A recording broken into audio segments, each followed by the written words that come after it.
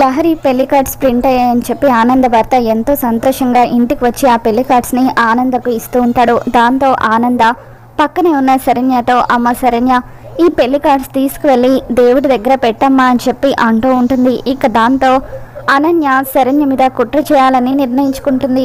ఆనంద ఇచ్చిన పెళ్లి కార్డ్స్ని తీసుకువెళ్ళి శరణ్య పూజ గదిలో ఉంచి దండం పెట్టుకొని అక్కడి నుండి వెళ్ళిపోతుంది. ఆ తర్వాత అనన్య అక్కడికి వచ్చి పెళ్లి కార్డ్స్ని కాల్చి బూడిద చేస్తుంది.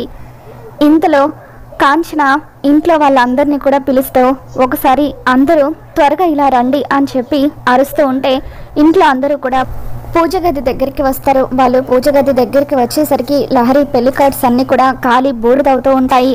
ఇక దాంతో అందరూ కూడా కంగారు పడిపోతూ ఉంటారు. ఆ తర్వాత లీలావతి శరణ్యను నిందిస్తూ శుభమా అంటూ పెళ్లి కార్డ్స్ ప్రింట్ అయితే తీసుకొచ్చి ఈ శరణ్య చేతిలో పెట్టారు.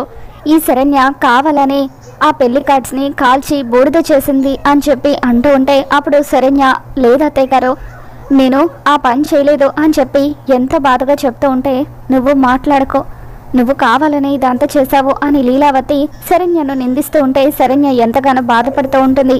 ఇక అక్కడే ఉన్న అనన్య నవ్వుకుంటూ ఉంటే ఇదంతా తన పని అని తెలుసుకొని కోపంగా చూస్తూ ఉంటుంది. మరి రాబోతున్న ఎపిసోడ్లో ఆనంద అనన్యకు ఏ విధంగా బుద్ధి చెప్పబోతుందో మళ్ళీ మన ఛానల్లో తెలుసుకుందాం. ఈ వీడియో మీకు నచ్చినట్లయితే తప్పకుండా లైక్ చేయండి.